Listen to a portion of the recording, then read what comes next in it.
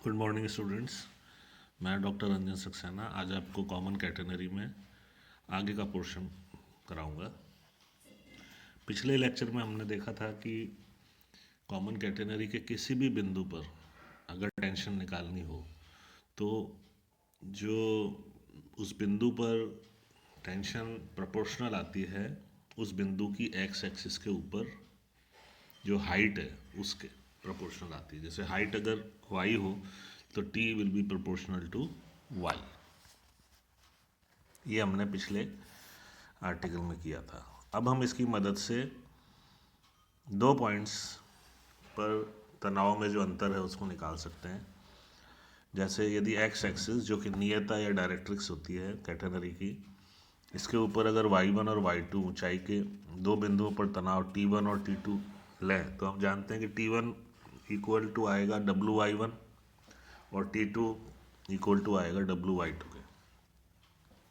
तो तनाव में अंतर T1 minus T2 will be WY1 minus Y2। तो हम देखते हैं कि T1 minus T2 is proportional to Y1 minus Y2। यानी दो बिंदुओं पे तनाव में जो अंतर होता है वो उन दोनों बिंदुओं की एक्स एक्सिस या नियता के ऊपर ऊंचाई के अंतर के समानुपाती आता है। इसी को अगर हम आगे बढ़ाएं, मान लें P पॉइंट कैटेनरी पे है कहीं पर और एक्स वाई उसके कोऑर्डिनेट है और वहाँ पर तनाव T है। निम्नतम बिंदु जो C होता है कैटेनरी का उस पर तनाव T0 होता है, वो हॉरिजॉन्टल होता है। तो अगर हम T square minus T0 square निकालना चाहें तो हम देखते हैं कि WY का होल स्क्वायर माइनस WC का होल स्क्वायर यानी W square into Y square minus C square. और हम जानते हैं वाई स्क्वायर होता है C square plus S square, तो Y square minus C square की जगह हम एस स्क्वायर लिख सकते हैं। तो हम पाते हैं कि T square minus T0 square बराबर आता है WS का होल स्क्वायर। WS क्या होता है? S लंबाई की जो चाप है उसका भार WS होगा।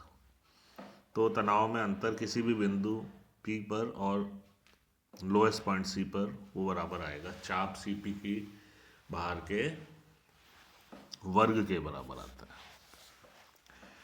अब इन आर्टिकल से हम एक निगमन या एक इम्पॉर्टेंट डिडक्शन और निकालते हैं। अगर एक भारी डोरी दो स्थिर चिकनी घिरनियों पे इस प्रकार लटकी हो कि उसके दोनों सिरे स्वतंत्र हो, यानी अब सिरे बांधे नहीं है, दो चिकनी घिरनियां उसके ऊपर एक भारी जंजीर को गुरुत्वाकर्षण के अधीन छोड़ दिया है, लटका दिया है। तो उसमें जो घिरनी के बीच में जो भाग होगा वो कैटेनरी का रूप ले लेगा और बाकी के दोनों जो सिरे होंगे वो लटके हुए होंगे। अब साम्यावस्था में क्या होगा ये हम देखते हैं। तो ये आपके स्क्रीन पे जो चित्र है इसको देखिए। दो चिकनी घिरनियाँ ए और बी हैं और इनके ऊपर एक भारी जंजीर को लटका दिया है स्वतंत्रतापूर्वक।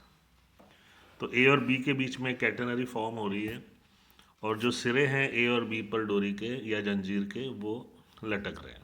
अब देखते हैं साम्यावस्था में क्या होगा। अब हम देखते हैं बिंदु बी पर तनाव। हम जानते हैं बिंदु बी पर तनाव कितना होगा, बिंदु बी पर कोटि इंटू डब्लू के, स्मॉल डब्लू के। तो ये डब्लू इंटू बी की कोटि का मतलब हुआ बी सिरे पर जो लटका हुआ पोर्शन है जंजीर का उसके भार के बराबर आ गया। तो बी पर तनाव हो गया डब्लू इंटू बी क्यू। चित्र में देखिए तो डब्लू इंटू बी की कोटि बराबर है डब्लू इंटू बी क्यू। ये दोनों तनाव निकाले हमने तो हम देखते हैं बी की कोटि बराबर आ रही है बी क्यू के, यानी सिरा क्यू जो है वो एक्स एक्सिस या नियता पर स्थित होगा। इससे ये प्रदर्शित होता है कि क्यू कैटेनरी BCA की नियता पर स्थित है। इसी प्रकार P पर भी हम देखते हैं तो P पर भी जो सिरा होगा वो नियता पर ही स्थित दिखेगा। तो इससे ये निष्कर्ष निकलता है कि दो चिकनी घिरनियों के बीच में जब आप एक भारी जंजीर को स्वतंत्रतापूर्वक लटकाते हैं तो साम्यावस्था तभी आपको प्राप्त होगी जब दोनों सिरे जंजीर के नियता को टच करेंगे। इसके बाद कुछ डेफिनेशंस हैं। पहले हम देखते हैं शेप क्या बनती है कैटेनरी की। वैसे आपने चित्र में देख लिया होगा कि पैराबोलिक शेप बनती है। इसको हम मैथमेटिकली भी दिखा सकते हैं। कैसे? हम जानते हैं कि कैटेनरी का कार्तीय रूप होता है y equal to c cos hyperbolic x upon c. Cos hyperbolic series को अपन अगर एक्सपोनेंशियल टर्म्स में कन्वर्ट करें तो ये हो जाएगा C into E to the power X by C plus E to the power minus X by C upon two. अब एक्सपोनेंशियल सीरीज खोल दीजिए तो आप पाएंगे कि ऑड टर्म्स तो कैंसिल आउट हो जाती हैं और इवन टर्म्स बचती हैं। तो y बराबर आता है c plus x square upon 2c plus x 4 upon 24c cube and so on. अब ये c जो होता है ये काफ़ी बड़ा होता है। जो कैटेनरी का लोएस्ट पॉइंट होता है उसकी नियता से जो ऊंचाई है वो काफ़ी बड़ी होती है और इसकी जब आप घात लेंगे और फिर डिनोमिनेटर में रखेंगे तो ये बहुत छोटी छोटी राशियाँ देने लगता है। तो हम सी क्यूब और उससे बड़ी जो घातें आ रही हैं सी की उन टर्म्स को अगर नेगलेक्ट कर सकें तो हम अप्रोक्सीमेशन करते हैं तो y बराबर आता है c plus x square upon 2c। इसको आप रीअरेंज करिए तो एक्स स्क्वायर बराबर 2c इंटू वाई माइनस सी। तो ये एक पैराबोला की इक्वेशन बन गई है और ये आसानी से अनुरेखित की जा सकती है। तो अब हमने ये सिद्ध कर दिया कि ये कैटेनरी का जो शेप होता है वो परवलय के रूप का होता है। ये परवलय जो होता है ये वाई एक्सिस के सममित होता है और एक्स एक्सिस को हम इसकी नियता कह सकते हैं। तो डेफिनेशंस देखिए, वक्र वाई एक्सिस के प्रति सममित है ये कैटेनरी का अक्ष कहलाएगा। शीर्ष जो वर्टेक्स है वो 0c पर होता है ना, ये कैटेनरी का निम्नतम बिंदु कहलाता है। Vertex is lowest point. नाभिलंब देखना चाहें तो ये 2c आ जाएगा। 2c को आप फॉर्मूला यूज़ करें तो 2t0/w आ जाएगा। ये जो कैटेनरी की समीकरण में c अचर आता है ये पैरामीटर कहलाता है कैटेनरी का, और कैटेनरी का शेप जो होता है वो इस c पर ही निर्भर करता है। यानी c अगर छोटा होगा तो झोल बड़ा आ जाएगा बीच का और c छोटा आ जाएगा। अब जो कैटेनरी के शीर्ष 0c में c गहराई पर जो अक्ष के लंबवत क्षैतिज रेखा होती है यानी जो एक्स एक्सिस होता है वो ही कहलाता है कैटेनरी की नियता यानी डायरेक्ट्रिक्स।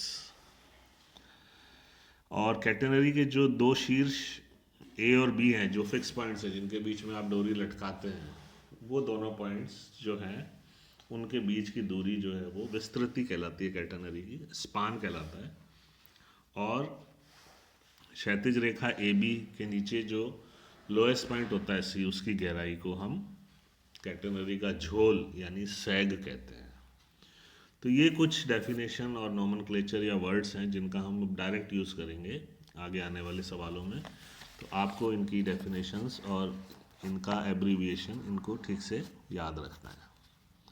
अब मैं कुछ इंपॉर्टेंट एग्जांपल्स आपको समझाता हूँ। जैसे पहला है, एल लंबाई की एक समान जंजीर क्षैतिज रेखा के दो बिंदु ए और बी के मध्य झूलती है जिसके सिरों पर तनाव निम्नतम बिंदु के तनाव का n गुना है। क्या दिया है हमको? सिरों पर तनाव इज n टाइम्स निम्नतम बिंदु पर तनाव के।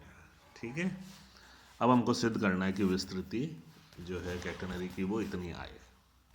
बिल्कुल सिंपल क्वेश्चन है। आप सबसे पहले चित्र बना लीजिए, ए बी स्पान ले लीजिए, एक कैटेनरी बना लीजिए, सी लोएस्ट पॉइंट ले लो, नीचे स्मॉल सी गहराई पर एक्स एक्सिस यानी नियता ले लो, टी पर तनाव है, टी के कोऑर्डिनेट्स टी तनाव है ए पर तो ए के कोऑर्डिनेट्स एक्स कॉमा वाई ले लीजिए, और ए पर जो आप स्पर्श रेखा ड्रॉ करेंगे वो नियता को जहाँ काटेगी वहाँ एंगल आपको मिलेगा साई, और लोएस्ट पॉइंट जो सी होता है उस पर तनाव T0 होता है जिसकी दिशा चित्र में आपको समझाइए, सदैव यही दिशा रहेगी।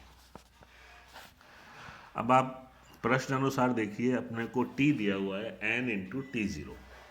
ठीक है, तो T जो होता है तनाव at any point, this is equal to W into उस बिंदु की कोटि। तो y हो गई, कोऑर्डिनेट एक्स वाई लिए ना आपने, तो कोटि कितनी हो गई y, तो W into y equal to n into lowest बिंदु पर तनाव अचर होता है WC के बराबर, ये रख दीजिए। तो हमको y की वैल्यू मिलती है NC। ये क्वेश्चन नंबर 1 हो गई। अब हम जानते हैं कि y और साई में क्या संबंध होता है, y is equal to C sec psi, y की वैल्यू रख दीजिए। y की वैल्यू रखने पर आपको sec psi आ जाएगा n। sec psi आ गया तो tan psi आ जाएगा। अब टोटल लंबाई जंजीर की है l, तो हाफ लंबाई यानी ए सी, इस चाप की लंबाई l/2 हो जाएगी।